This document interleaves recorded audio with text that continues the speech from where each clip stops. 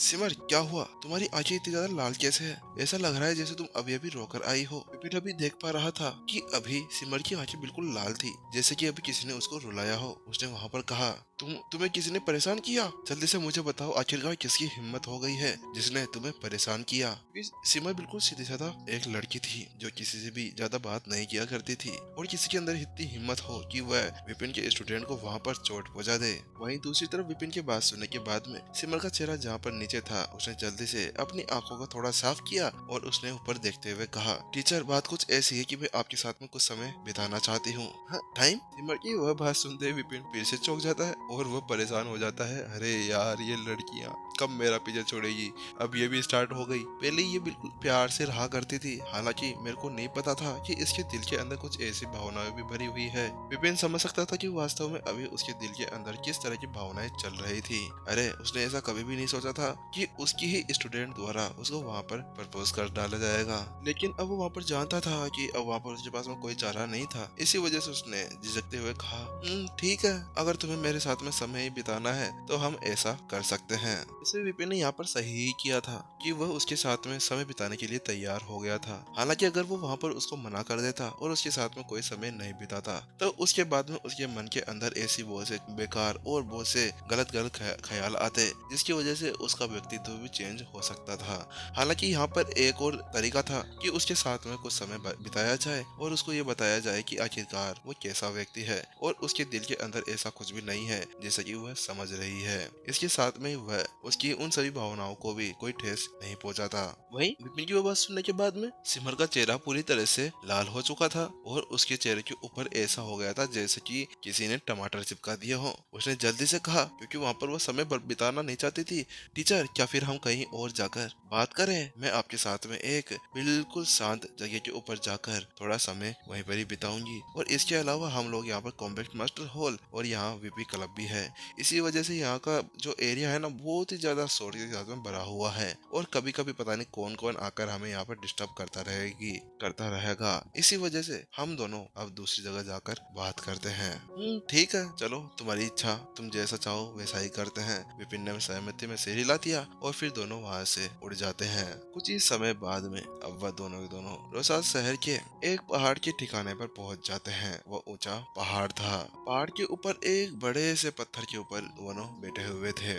हलचल बिल्कुल भी नहीं थी। वहाँ पर बिल्कुल एक सुनसान एरिया था और एक मनमोहक खुशबू आसपास के एरिया के अंदर फैली हुई थी।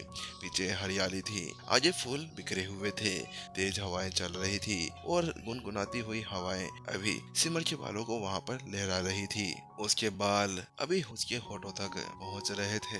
उसको देखकर ऐसा लग रहा था जैसे कि आसमान से कोई परी उतरकर उसके पास में आ गई हो। बेशक वास्तव में सिमर अभी बहुत ही ज्यादा सुंदर एक पेंटिंग की तरह लग रही थी, और केवल उसकी जो सुंदरता थी वो केवल उसके बाहरी रूप के साथ में ही सीमित नहीं थी। इसके अलावा वह एक शांत स्वभाव की लड़की भी थी। वह अपने आसपास के सभी लोगों से बिल्कुल प्यार से बात किया करती थी, जिसकी वजह से उसके साथ में जितने भी लोग रहा करते थे वो बिल्कुल फ्रेंडली रहा करते थे। विपिन को अब वह माहौल बहुत ही ज्यादा शांत लग रहा था, इसीलिए खामोशी को तोड़ते हुए उसने आखिरकार सिमर से पूछ ही लिया, सिमर, क्या बात है? तुम्हारे दिमाग के अंदर कुछ ख्याल चल रहे हो तो तुम यहाँ पर मुझे बता सकती हो। मैं मुझसे कोई मदद चाहिए हो तो उसके बारे में भी मुझसे पूछ सकती हो। वास्तव में जब तक वो मेरे दायरे के अंदर होगा, मैं तुम्हारा वो काम जरूर कर दूंगा या तुम्हारी मदद करने की जरूर कोशिश करूंगा।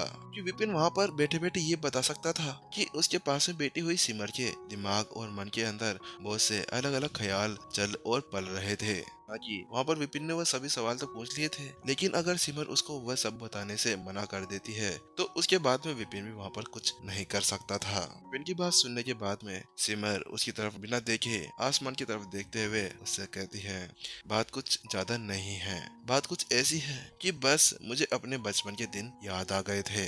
सिमर की चेहरे के ऊपर एक हल्की सी मुस्कुराहट थी जो किसी को भी फूल को खिलाते हुए प्रतीत हो रही थी। आपको पता है, जब मैं छोटी थी तो मैं अपने घर के टेरेस के ऊपर बैठकर सूर्योदय और सूर्यास्त को देखा करती थी और मैं ऐसा सोचा करती थी कि कभी मेरे भी पंख आएंगे और मैं भी एक स्वतंत्र पक्षी की तरह आसमान के अंदर उड़ूंगी। और वास्तव में ऐसा सोचकर मुझे बहुत ही ज्यादा अच्छा लगता है।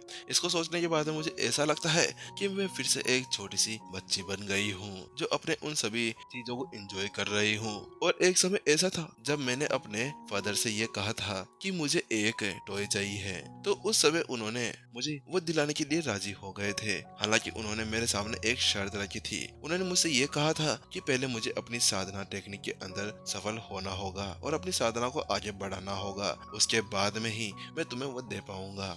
हालांकि एक साल बाद में मैंने सब कुछ सफलताएं हासिल कर ली थी और जैसा कि मेरे पिता ने मुझसे वादा किया था, उन्होंने मुझे वह खिलौना लाकर दे दिया था। आपको पता है, वह खिलौना आने के बाद में मैं कितनी खुश थी। जब भी मैं कहीं पे भी जाती थी खाना खाने, सोने या फिर नहाने या फिर कहीं और, हमेशा वो मेरे साथ में ही रहा करती थी।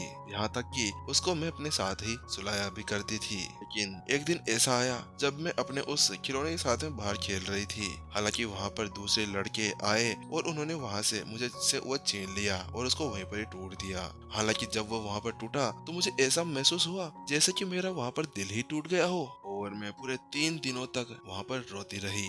और मेरे फादर यानी मेरे पापा ने मुझे वैसा ही सेम खिलौना ला कर दिया था। हालांकि वास्तव में मुझे उसके अंदर कोई भी दिलचस्पी नहीं थी। ऐसा कहते कहते सिमर ने अपने घुटने अपने हाथों से पकड़ लिए थे और उसे बिल्कुल भोली बेली होकर वहाँ पर बैठ चुकी थी। उसकी ठुड्डी अभी अपने घुटनों के ऊपर टिकी हुई थी और अभी भी वह आसमान को देखे जा रही थी। हालांकि उसकी आंखों के अंदर से हल्की हल्की आंसू भी झलक रहे थे।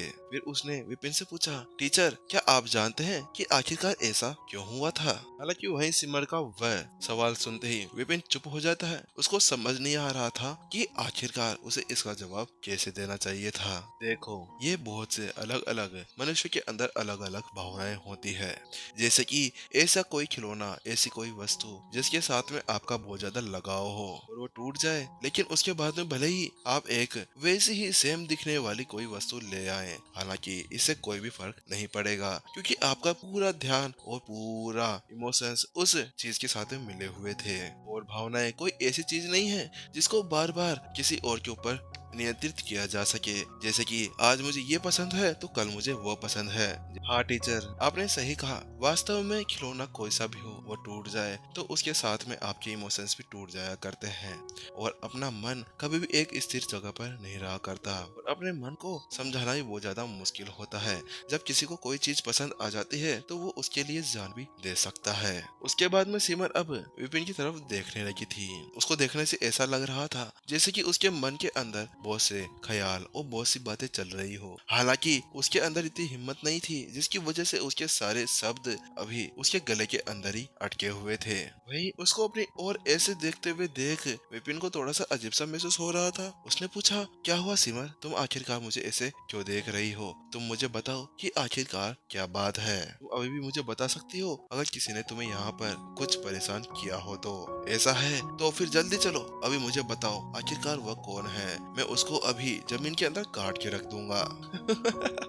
सिमर अचानक से जोर जोर से वहाँ पर हंसने लगी। उसने फिर बड़ी चंचलता के साथ में विपिन की ओर देखा और उससे पूछा, क्या वास्तव में आप ऐसा कर सकते हैं? क्या आप मेरे लिए किसी से भी बदला ले सकते हैं? हाँ बेशक, विपिन ने एक हल्की सी मुस्कान के साथ में उसको जवाब दिया। बस विपिन की बात सुनते ही सिमर ने झट से आवाज दिया, आपको पता है वो कौन है जिसने मुझे वहाँ पर परेशान किया था? तो वह आप ही हैं जिसने मुझे यहाँ पर परेशान किया है। ठीक है, जैसा कि अभी अभी आपने मुझसे कहा था ना, जिसने भी मुझे धमकाया या फिर मुझे परेशान किया है आप उसको सबक सिखाएंगे। तो चलिए ठीक है, अब आप जल्दी से मेरा बदला लीजिए और खुद को पीटना शुरू कीजिए। सिमर की आंखें अभी बहुत ज्यादा शैतानी हो गई थी। अभी वो विपिन के ऊपर नजारे देखने के लिए बैठी हुई थी वही उसकी वो बात सुनने के बाद में विपिन पूरी तरह से अवाक रह जाता है कि एक पल की लापरवाही फिर से वह अब सिमर के उस झांसे के अंदर फंस चुका था, क्योंकि पिछली बार भी उसने ऐसा ही सवाल ऐसे ही जवाब दे देकर उसको वहाँ पर प्रपोज कर डाला था। हालांकि वो वहाँ पर कुछ कर नहीं सकता था और अब यहाँ पर अपनी इमोशनल सी कहानी सुनाकर उसको फिर से यहाँ पर एक और बार परेशान करने के लिए रेडी हो गई। वही विपिन को चुप देखकर सिमर फिर से बोलती है, टीचर आपने अभी तक मुझे जवाब नहीं दिया है और आपने अभी तक मेरे भावनाओं के बारे में कुछ भी नहीं बताया है। आपको ही पता है ना कि मेरे लिए आप कितने ज्यादा इम्पोर्टेंट हैं और मेरी भावनाएं आपके लिए किस तरह से काम किया करती है, और एक टीचर और एक स्टूडेंट से भी कहीं ज्यादा अधिक हम दोनों के बीच की भावनाएं हैं। तुम ये क्या कह रही हो? नहीं, ऐसा नहीं हो सकता। क्या तुम्हें पता नहीं है कि हम दोनों टीचर स्टूडेंट्स हैं, तो हमारे बीच में ऐसा कुछ भी नहीं हो सकता।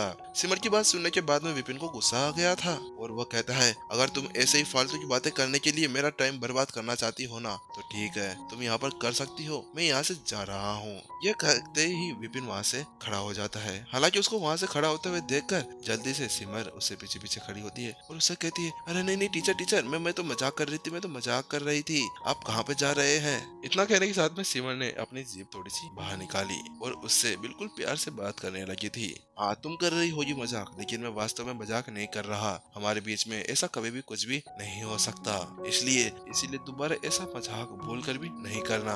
उसके बाद में दोनों के बीच की जो वो बातें हुई थी ना, वो बहुत ही ज्यादा अजीबोगरीब थी, जिसकी वजह से जो वहाँ का माहौल था ना, वह थोड़ा सा अजीबोगरीब हो चुका था। इसी वजह से दोनों चुप रहे और थोड़ी देर बाद में सिमर ने आखिरकार अपना मुंह खोला और उसने कहा, टीचर मुझे आपकी एक मदद चाहिए। हालांकि फिर से उसकी वो बात सुनने के बाद में विपिन अब बहुत चक्का रह जाता है और अपनी आंखें सिकोड़ लेता है और वह सिमर को ऊपर से नीचे तक देखने लगता है। हालांकि इस बार सिमर उससे कहती है, अरे अरे टीचर, वो वाली बात नहीं है, मुझे आपसे कुछ और ही काम है। बात कुछ ऐसी है कि मैं अभी यहाँ पर फिल्म एक नई फिल्म बनाना चाहती हूँ